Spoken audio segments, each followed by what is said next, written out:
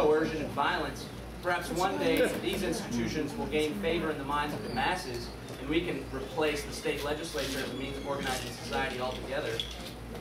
You're a dreamer. You're a dreamer. Rather than just spinning in a cycle of like, all right, every 2 years, he's not the only one. For, more freedom. They'll all supplement and complement one another, all these different types of activities. But that's how I overcome the fact that, yes, the state legislature is very difficult to influence relative to smaller states. But, we can live our lives where one day maybe the state legislature will be irrelevant to the way.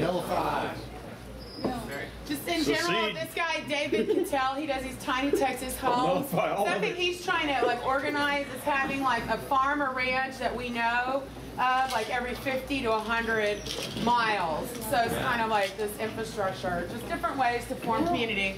Yeah, it'd be great. People start migrating here.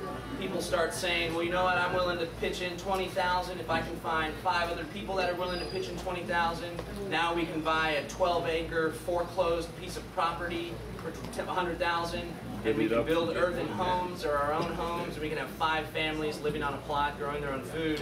And pretty soon, as we do our comprehensive plan, we can decide maybe we want to populate libertarians in this particular area on the outskirts of Austin.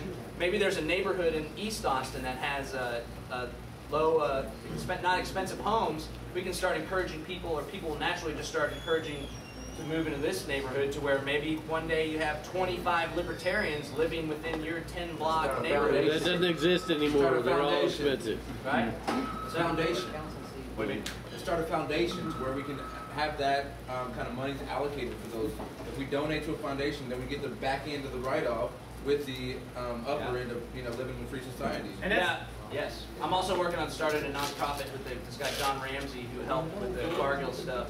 So we would have a 501c3 that could operate as a beneficiary to our community. So people could donate to this nonprofit, get a tax write-off.